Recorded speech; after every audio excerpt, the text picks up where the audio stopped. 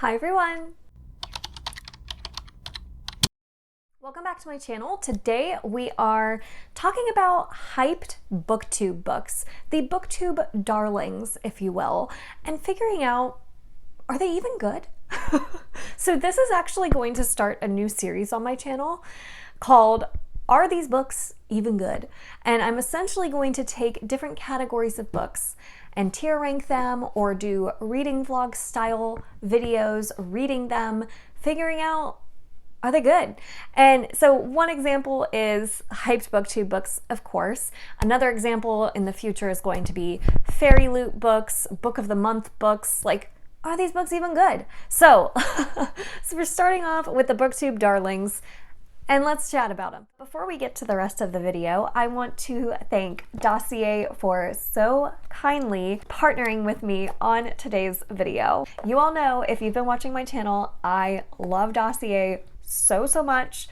If you somehow haven't heard of Dossier, Dossier is a fragrance company that believes in bringing premium fragrances to everyone, making luxury scents accessible to anyone who would like them. For those of you who are tired of paying so much for premium scents and designer fragrances, Dossier is absolutely the company for you. All of their scents are inspired by luxury designer fragrances, and you can see their wide selection on their website of all of the different scents that they've been inspired by, and I absolutely love their scents so much. I have tried several now, and every single one of them has been top tier. I'm obsessed. Dossier also uses recyclable, environmentally friendly materials for their packaging. So all of their packaging that you receive, you can ensure that it is green and eco-conscious, and any returned perfumes that they receive back,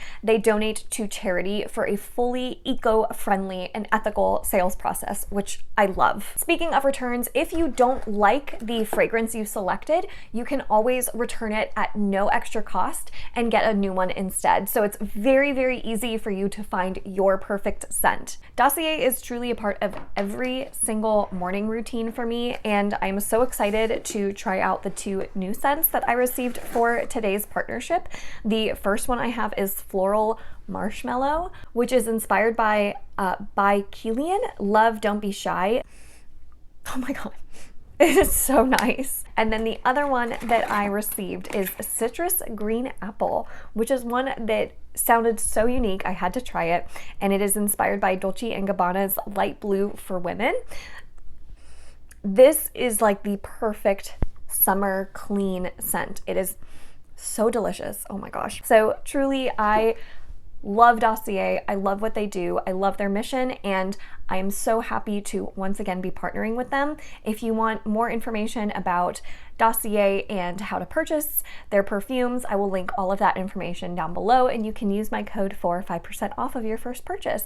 So thank you once again to Dossier for partnering with me, and I will continue to use these every single day as part of my everyday routine. So now let's get back into the video. I have 40 books to talk about, and I tried to select the books that at one point or another just took Booktube by storm. I couldn't watch a video without seeing one of these mentioned. And honestly, if you don't see a couple books mentioned here, it's probably because I just haven't read them yet. Like, I know I haven't read Fourth Wing yet. Don't come at me. It's not on this list. I haven't read Legends and Lattes yet. Don't come at me. It's not on this list. I know some of these are missing, so there will be more videos in the future talking about our hyped Booktube books even good. But here are the books that I have read that I think were extremely hyped at one point on Booktube. So I'm going to share my screen and we're going to tier rank these. This is our foundation video, and in the future when I do these types of videos, I'll probably do them in more reading vlog style, like reading hyped Booktube books, reading a set of them and saying like, okay, were they even good? So let's share my screen and let's tier rank these 40 books together. All right, so here we are. Let's do the tier ranking. Let's explain them real quick. 1000% yes is very much at the top. Yes, these books are worth the hype. They are very good. So good. It was a good time. Yeah, it may not be my favorite, but like, yeah, it was a good time. I'm glad I read that book because of the Booktube hype. I can see it. maybe a bit more middle of the road feeling for me, where I can see why it's hyped, but it's not necessarily my favorite or something that I loved, but I can see why others would. Suspect. These are ones that I didn't think were very good, but maybe I can see it. And then absolutely not. Why were these books hyped? No idea. So let's chat. First one on the list. I have no idea why these are in the order they're in, but we're just going to go with it. All right. Daughter of Smoke and Bone. I can see it. This was not a favorite for me. I really had not the best time reading this trilogy, and actually the third book in this trilogy was my least favorite, but I can see why people love the Daughter of Smoke and Bone trilogy. Lady Taylor's writing, I can't deny. It is so beautiful. I love it. But the story and the characters for me, and like the world itself, it just, for some reason, it did not work super well. I had actually unhauled this trilogy of books after I finished it because I just wasn't really a fan. So yeah, it's been several years since I've read it, so I don't remember a lot of specifics about the trilogy, but I do remember just feeling very, very meh about it. So like I can see why it's hyped, but it wasn't really for me. Red Rising. Okay. Suspect. Red Rising by Pierce Brown. I remember reading this because someone outside of my online life recommended it to me. Actually, a family member recommended it to me and said I would love it. And I read it and was so confused because I really didn't like it. I really didn't like the writing. That's what really, really bothered me. Like there were a lot of made up slang words that were like compound words. I remember that specifically. And then I really liked, I wouldn't say I really liked, but I didn't mind the first half of this book. But when we got to like the war games, oh, it totally lost me. I really don't like war games, simulation war games. Oh man. So this book just did not work at all for me. I never continued on with the series, but it is so hyped on Booktube, and the hype has been getting to me a little bit. So it's one that maybe I could see myself revisiting in the future because I've heard the sequels are a lot better than the first book. Like so many people love Golden Sun, Morning Star, even if they were very lukewarm on Red Rising. So this is one I could come back to. I haven't in a long time. It's been like at least 5 years since I've read Red Rising, but this one maybe, but it's very suspect. I was very confused when I read it why it was as popular as it was. So maybe it's because of the sequels that it's so popular. I don't know. But I was not a huge fan. I was so sorry to all the Red Rising fans. So sorry. Throne of Glass. It was a good time. Okay, so this is...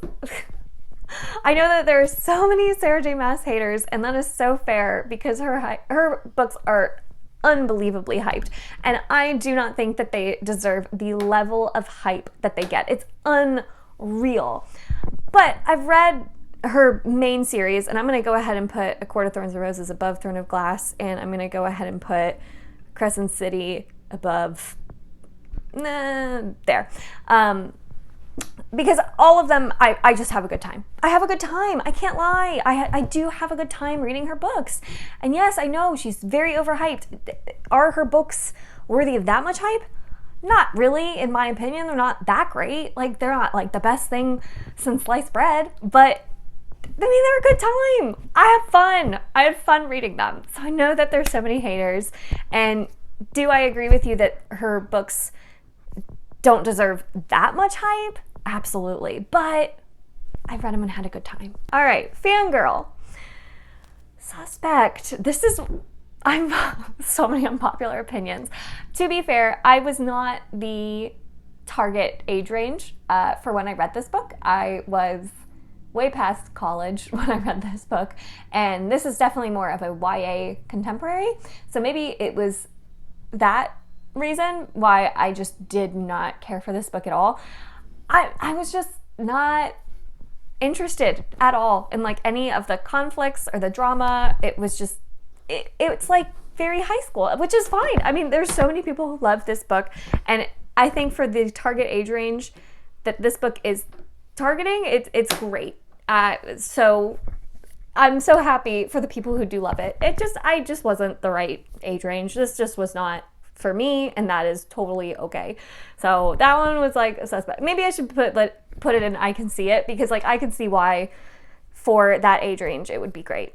Even for like past the age range, if you enjoyed Fangirl as an older reader past the YA age range, that's awesome. It just wasn't for me. It wasn't for me. Assassin's Apprentice, I think the second book is coloring my view of this one a little bit, because I thought Assassin's Apprentice was a good time, but the trilogy as a whole, like I DNF'd the second book because I was so bored. So this is another one where I enjoyed Assassin's Apprentice, but the trilogy as a whole is not for me, but I can see why so many people love it. So again, I can see it, but not for me. The writing is just too slow. It's just too slow moving. It's too reflective, and so many people, that is so their taste, but it is like, oh my God, it's like watching paint dry. I just couldn't take it. I couldn't take it anymore. So yeah, that Farseer trilogy was not for me. Six of Crows. Yes. I think this deserves the hype. And it gets a lot. It gets a lot of hype. I think it deserves it. I do. I love the Grishaverse, first of all. And I love the Crows. I love the characters. They're all so distinct, but so well realized. And I loved the heist, the fun plot. Like, it was just so much fun reading Six of Crows for the first time. I totally want to go back and reread this soon. So much fun. So I loved Six of Crows. Highly recommend. I definitely think that one deserves it. City of Bones. Suspect. I am, like, my mind is boggled why the Mortal Instruments specifically is as popular as it is with how City of Bones is. There is something that happens in City of Bones, like some sort of like plot twist, that is so wildly unnecessary and so weird that I was like, I had to like stop reading and be like, this is the book. This is the book that everyone loves. This is the series. I was so confused when I read this book. Now, granted, the rest of the series I wouldn't say is as weird as that first book, and I do really enjoy The Infernal Devices. That one I think is worth the love that it gets, but Mortal Instruments specifically, and it makes me, it like surprises me that the Shadowhunters world blew up as big as it did, because the Mortal Instruments I think is like one of the weakest series in the bunch. Like, I would understand why it blew up if it started with like The Infernal Devices, or I've heard that like The Last Hours is like amazing.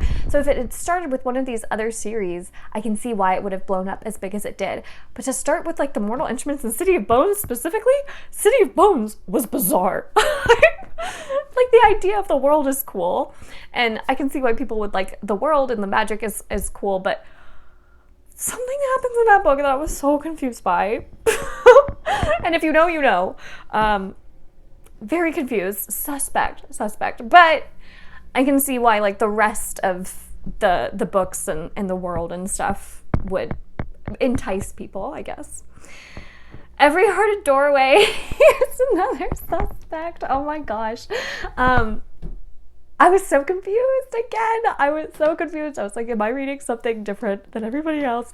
Everybody loves the Wayward Children series, and I just thought the tone of this one was so all over the place.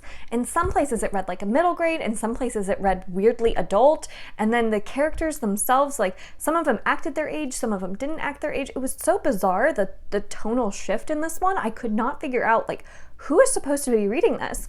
And then the plot itself, these are a series of novellas, and novellas, this is like very personal to me. I don't connect as well with novellas. I just don't get enough, I think. So this is one that I was very confused by the tone, and I was very uninterested in the plot. The plot was kind of strange. It was very like dark, but then it's like this, it has like this lighthearted kind of like tone over it. I don't know. It was very weird. It was very weird. So this one was like, I'm very confused by it. So yeah, that one, I'm going to put it above these two, but it was still suspect. I don't quite understand the hype for that one. The Blade itself was a good time. I think that the first book is a tough sell, and I'm surprised by how popular The First Law really is, because this first book is such a hard sell. It really, you can't tell what the plot is.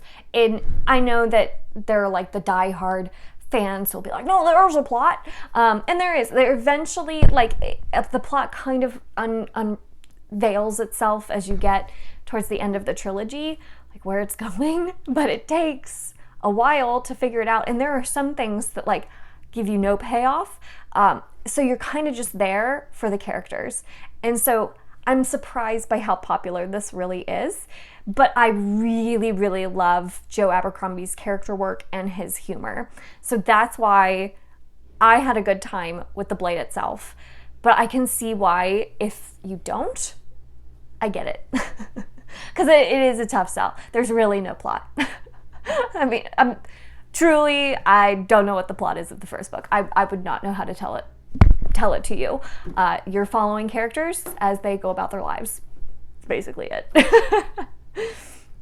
It Ends With Us by Colleen Hoover. This is one that I can see it. And I know that there's a lot of controversy, I guess, maybe? Is there controversy around Colleen Hoover? Just a lot of people don't like her. And she does have like very kind of problematic books, but this one, It Ends With Us, there's a point to the problematic nature of it, and that's like kind of the point of the book. And I think it's a disservice to classify Colleen Hoover's books as romances, because It Ends With Us is not a romance at all, and it's actually quite emotional, and it's quite hard-hitting, and I think that there's kind of a mismarketing sometimes of Colleen Hoover's books. So It Ends With Us, if you go in knowing that this is not a romance, and this is a much more like hard-hitting contemporary book that tackles really tough subjects like abusive relationships, then I think that you could really enjoy this one. Is Colleen Hoover's writing the best? No. But I really actually ended up being surprised by how much I got from It Ends With Us. It made me really kind of reflect on some of my own views and stuff, and it did what it set out to do. I think it did a really good job with it. So this is one that, like, did I personally love it? No, but I can see why it would hit hard for other people and why other people would love it as much as they do. So this one, I can see it, and I think if you go in with the right expectations, I think that's when you could really enjoy it. Dark Matter, yes, I love Dark Matter. Dark Matter is one of my favorites. I think it's such a fun sci-fi thriller, and it's one I read before I was on Booktube, and I loved it. I went in with like no expectations because I hadn't heard about all of the hype yet, and I think that helped me enjoy it as much as I did, because I was so pleasantly surprised by how much fun I had with it. So I loved this one. Caraval. Suspect. I feel like I have so many unpopular opinions. I'm so sorry to those of you who love these books. Caraval by Stephanie Garber, I really didn't love. And I ended up reading the whole trilogy. Why? I don't know. And I think the first book is probably the best one in the trilogy. So I don't know why I went on to read all of them. That shocks me to this day. Caraval is a case of me not loving the melodramatic nature of the writing. The writing style, it was like it was trying to be like a Laini Taylor type writing, but really falling short of it. Like metaphors that didn't make any sense, that kept pulling me out of the story. Now this is one where I know a lot of people love it. for like the characters and like the fun like mystery behind the plot, and I found it quite predictable, and I didn't love the characters as much, so this is one that just didn't work for me at all. I don't know why I read the trilogy as a whole, but I did. I don't have it anymore because I didn't really like it. But yeah, unfortunately Carvel was just so not for me. So it's a little suspect. The Seven Husbands of Evelyn Hugo. I'm going to say this was a good time. Now, this one is probably my least favorite Taylor Jenkins read that I've read, which I think is an unpopular opinion. I still enjoyed it. I still really liked Evelyn Hugo as a character. I still really liked learning about her story. I really liked the structure of the book, but it was my least favorite of the ones that I've read. It'd be like the plot itself. I don't know. I can't pinpoint it, but this is my least favorite. It was a good time still. I'm still really glad I read it. And I'm just going to go ahead and skip to Daisy Jones and the Six, which is my favorite Taylor Jenkins read. And I love that book so much. I think that one deserves every bit of hype it gets. I'm so glad it got adapted into a TV show. Have I watched that TV show? No. Why? I don't know. I'm like afraid it won't do it justice. It's so good. The book is so good. And the audiobook for the book is so good, because it's told in an interview style format, and the audiobook, you have different narrators for each character, and it makes it feel like you're listening to a podcast of a real band telling their story. And I think the rock band aspect of it is why I liked this one more than Evelyn Hugo. I love that era of classic rock, so it was so much fun. I loved this book so much. Okay, All Systems Red and Murderbot by Martha Wells. Are you ready? Are you ready for this unpopular opinion? Absolutely not. Absolutely not. This one, I can't believe the amount of hype this series gets. Y'all love Murderbot. Why? Why do you love Murderbot? I get it. Like, okay, I get it. If you like Murderbot's like humor, and I guess I can understand, maybe, but I didn't get it at all. I really couldn't stand Murderbot. The amount of times Murderbot makes the same joke about wanting to watch that dang TV show. Oh my gosh. If I had to hear one more time about how Murderbot wanted to watch that TV show, I was going to lose it. I was going to lose my mind. I couldn't stand this book. And like the plot itself, like, where was it? I was so confused.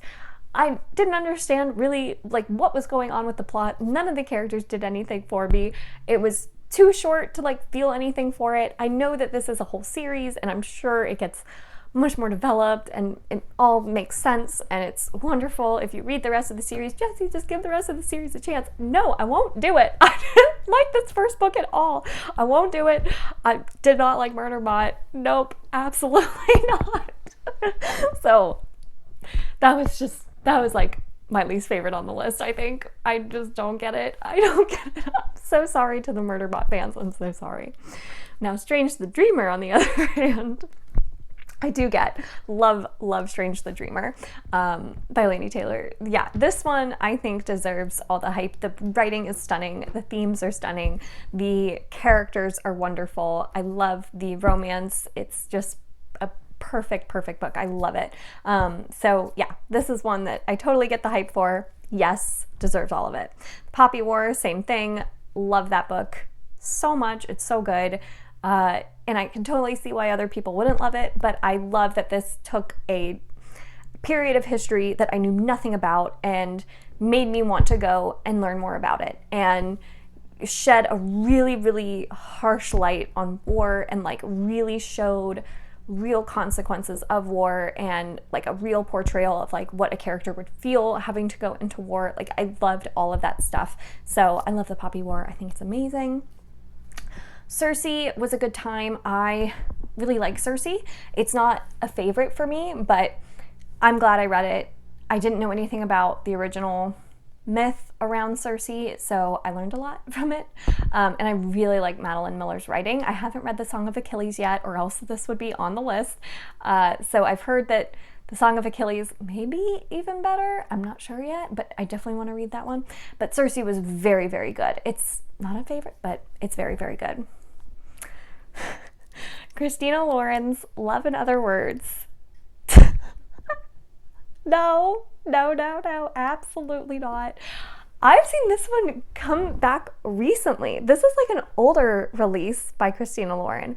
And I've seen a lot of people talking about it like very recently, like this year. And everyone loves it. Everyone loves it. This seems to be like a lot of people's favorite Christina Lauren. This is not my favorite Christina Lauren. I did not like this book really at all. I thought the friends to lovers part of the book was very unconvincing to me. Really couldn't stand the main love interest. I could not stand him. Oh, it bothered me so much. And yeah, I just didn't buy it. I didn't buy the romance. Didn't like the main love interest. Therefore, didn't really like the main character. So this was not so not for me. But I'm happy for you if you like it. Sorry. But let's talk about the other Christina Lauren, The Unhoneymooners, which was a very good time. I really liked The Unhoneymooners. I thought it was so much fun, a perfect like beach read. So yeah, I don't dislike all Christina Lauren. I really like The Unhoneymooners. But Josh and Hazel's Guide to Not Dating, I think deserves more hype. I think it deserves the Love in Other Words hype instead of Love in Other Words. So if you want good friends to lovers, Josh and Hazel's Guide to Not Dating is my favorite. Lock Every Door by Riley Sager. This is the Riley Sager I chose. I could have chosen, I think, pretty much any Riley Sager because he's a very popular author on Booktube. And I really liked Lock Every Door. My favorite is Home Before Dark, which I don't know if that one's as hyped, so I left it off. I haven't seen as many people talk about Home Before Dark, but I could be just missing those videos, so you'll have to let me know. If it was Home Before Dark, I would put that in like 1000% yes. But it was a good time. Lock Every Door was a really good time. I did not see the twist coming. I really liked the eerie atmosphere of this one. It takes place in kind of like this hotel where some bad things have happened, and I really liked our main character. So I had a really good time with it. It wasn't my favorite, but it was still a good time. Gideon the Ninth, this is one that I can see it. I personally did not have the best time with it because I was so confused by the plot, and I think that's kind of a very common consensus, is a lot of people are confused by the plot. So I'm not alone. But the characters themselves and the humor in this one is what really saved it for me and why I ended up overall enjoying it still, even though the plot was so confusing. And I've heard similar things about Harrow the Ninth, which I am planning on reading. So I can see why people love this book. And upon reread, this might actually get bumped up because I think it has a lot of rereadability. But as like a first book and as a first time read, it wasn't my favorite, but I can see why people love it. Ninth House, this is another one I can see it. This one I need to go back and reread before I continue on, but I remember liking the atmosphere and the creepy elements of this one. I really like Leigh Bardugo's writing. I find it very easy to get through, but something about the main character didn't totally work for me upon first read, so I'd be curious to see how I feel about it if I go back and reread it, but it was just okay for me. Jade City, it was a good time. I'm going to put this one at like the very top of it was a good time because this is another one I need to reread before I continue on, but I loved the characters in this one, and the writing and like the mafia style politics were so compelling, and I just thought that the world was so well realized, but it wasn't an all-time favorite. So I think if I continue on in the series and if I reread that first one so that I can continue on in the series, it has potential to be an all-time favorite. But upon my first read, I had a really good time with it. It just wasn't like that 5-star feeling. Now, the Southern Book Club's Guide to Slaying Vampires and Grady Hendrix in general, who's very popular on Booktube, I'm going to put in 1000% yes. I really loved this book. I love Grady Hendrix in general. My favorite is My Best Friend's Exorcism. But this one was still very good. I loved the horror elements. I loved the like 90s housewives coming together for their book club and coming together to bring down the vampire. I loved it. I thought it was so good. And I thought it also added like a lot of really interesting commentary about like being a housewife in the 90s. So I thought it was really good. I really loved that. Loved that one. Same thing with The House in the Cerulean Sea. I think that this one deserves the hype. It is so adorable. The characters are so cute. Lucy is my favorite. He is adorable. And it is bizarre that he is my favorite because if you know what his full name is, you'd be surprised. But I love Lucy. I love him so much. So I definitely think that that one deserves the hype. The Invisible Life of Addie LaRue, I'm going to put that at the top of I Can See It. This, for me, felt a little long for what it was. I think it could have been cut down because it got pretty darn repetitive towards the middle, but the overall takeaways of this book and the overall feelings that it evokes, I can understand why people connect so much to this one and on such a deep level, and I can totally understand why some people would love it so much. But for me, it just got a little too repetitive. It was like, okay, we get it. I get what Addie LaRue is going through. I get what's going on here. Can we pick up the pace and move on just a little bit? So I got a little annoyed and irritated by it in the middle, but I did really like the overall story and message, and beginning and ending were really good. So I can see it. It's not my favorite, but I can see it. Beach read was a really good time. I really like this one. Emily Henry in general is so popular, and I really like Beach read. That one I think is my favorite. I've only read 2, so I really like Beach read. I thought that that one was really fun.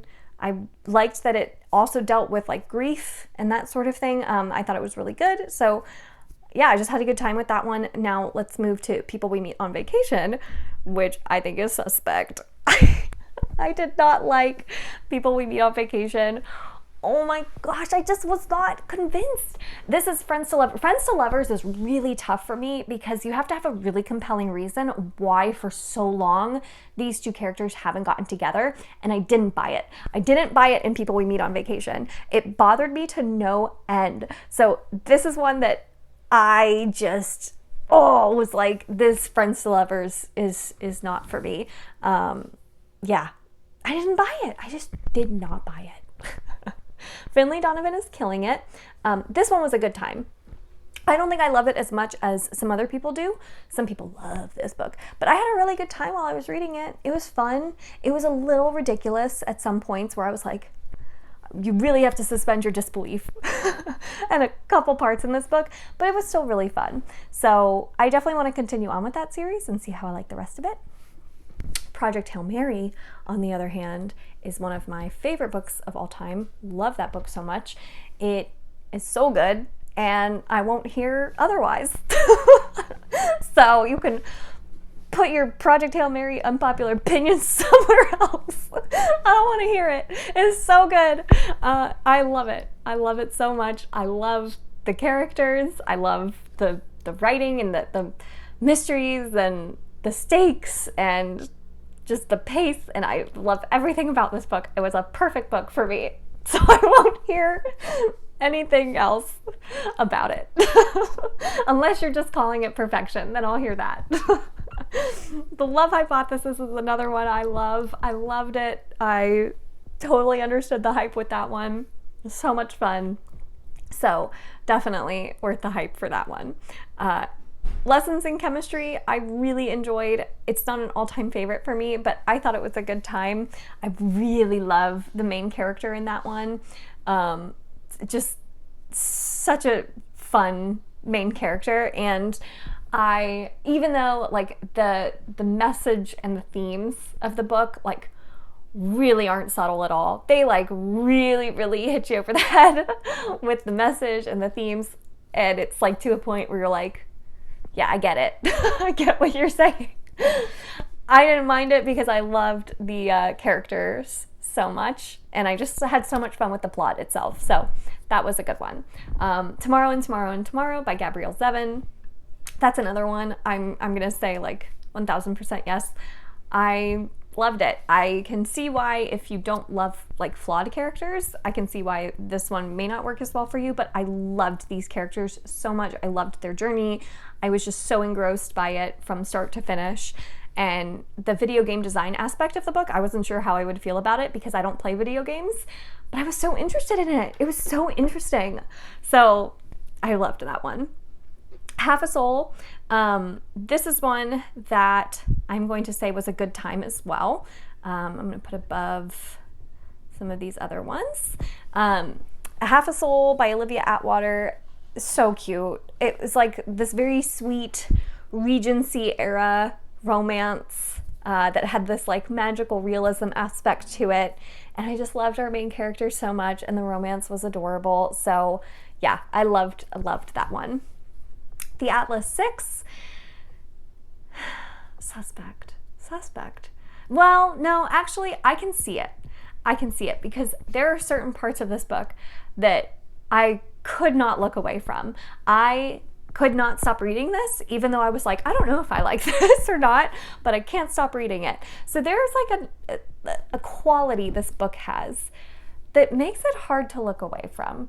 And I can see why, if you love the characters in this one, you would love this book, because all it is its characters. The world building's pretty non-existent. The magic is pretty unexplained. But the character work is quite intriguing, and the characters aren't good people, but you can't really look away from them. I was very intrigued by them. So yeah, this one had a certain quality that I could understand why people would like it. The Last Word by Taylor Adams. Oh my God. Love that book. That is a bonkers book. Wild ride from start to finish. Emotional roller coaster. Oh my gosh. Love that book.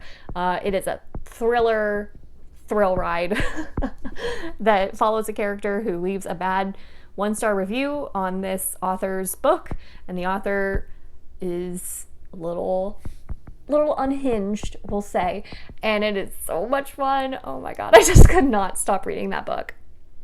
And then finally, The Night Circus. Let's end on a controversial note. This one is suspect for me. It's really all about the atmosphere. That's pretty much it, because the characters don't really do much for me, and the writing is very beautiful, but there's not really much of a plot. There is, but like, it's more about the atmosphere and the quality of the writing than it is about the characters and the plot. So it didn't work for me at all. I'm kind of surprised by how popular this is. Like, the writing is quite beautiful, but it has no characters and no plot, really. I mean, maybe it does, and I just didn't see it. So yeah, that one was not my favorite. So that is my tier ranking of all the popular books. I mean, there are more like it was a good time books and like yes books than there are like I can see it and like lower. So overall, I think Booktube hypes books that are a lot of fun, or at least you can see why they're so hyped, over like, you know, bad books. There's only a couple I've read that I have like really not liked. So yeah, I think overall Booktube darlings are good. You know, there are just some outliers there, some exceptions. As with everything, it would be extremely boring if we all felt the same exact way about all these books. So I'm glad that there's differences of opinions and we can all still be friends. So hopefully I didn't make it too mad with any of my very unpopular opinions. So what did you think of this tier ranking list? Are there any that you disagree with, that you agree with? Let me know. And then, do you want to see certain books featured in future episodes of this video? Please let me know that. Leave any and all comments of like book recommendations or hyped books that you expect to see but didn't see. It's most likely because I haven't read them. So yeah, let me know all your comments. And thank you all so much for watching this video. If you enjoyed it, make sure to give it a thumbs up, subscribe if you'd like to, and I will see you all in my next one. Bye!